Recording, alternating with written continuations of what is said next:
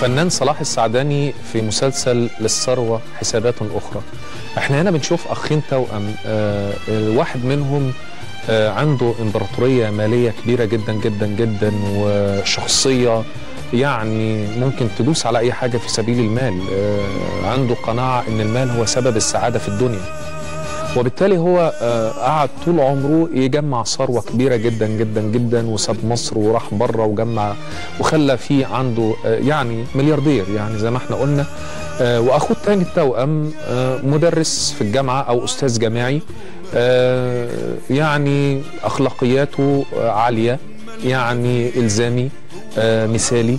فبنبص نلاقيه ان هو يعني يرى ان السعادة هي مسألة نبعة من النفس، نبعة من مساعدة الغير، نبعة من الأخلاقيات والمبادئ والقيم العليا والسامية. فطبعا المشكلة طبعا ان اخوه اللي هو الاولاني اللي هو السيكوبات القناص اللي يرى ان السعادة في المال، يعني حاول بقدر الامكان ان هو يقرب من اخوه اولاد اخوه بشكل كبير، فاجتذب ابنه عنده.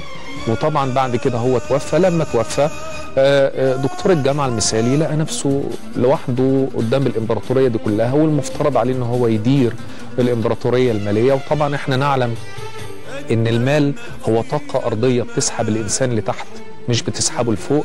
هي طاقة دنيوية، عايزة إنسان تكون طبيعته انبساطية، بيحب يتعامل مع الدنيا ويسوق نفسه أو يبيع نفسه حسب الدنيا، لكن ما بيقدرش يخش الأعماق زي ما احنا شفنا. الدكتور هو يعني إنسان بيدخل في أعماقه، إنسان انطوائي بطبعه، وإنسان يبحث عن القيم، ودايما بيحب يقعد مع نفسه، بيحب يقرأ، بيحب يشوف. فطبعا لما بيخش في الإمبراطورية دي بيفتقد نفسه، بيفتقد العمق الحقيقي ليه، فما بيقدرش يتلائم أو يتوافق مع الصراعات اللي دايرة، وما بيقدرش يستريح نفسيا فيها زي ما بنشوف الأحداث في المسلسل والشخصية. عايز أقول لك حاجة على فكرة، أحمد هنا ومبسوط جدا جدا جدا الحمد لله. ما أنا عايز أتفق مع شكري بيه ونحدد ميعاد فرحه هو وصافي. انت عارف ان احنا رافضين الموضوع ده نهائي، مش هنوافق. من فضلك بطل تراوغ بقى، انا بتكلم في نقطة محددة.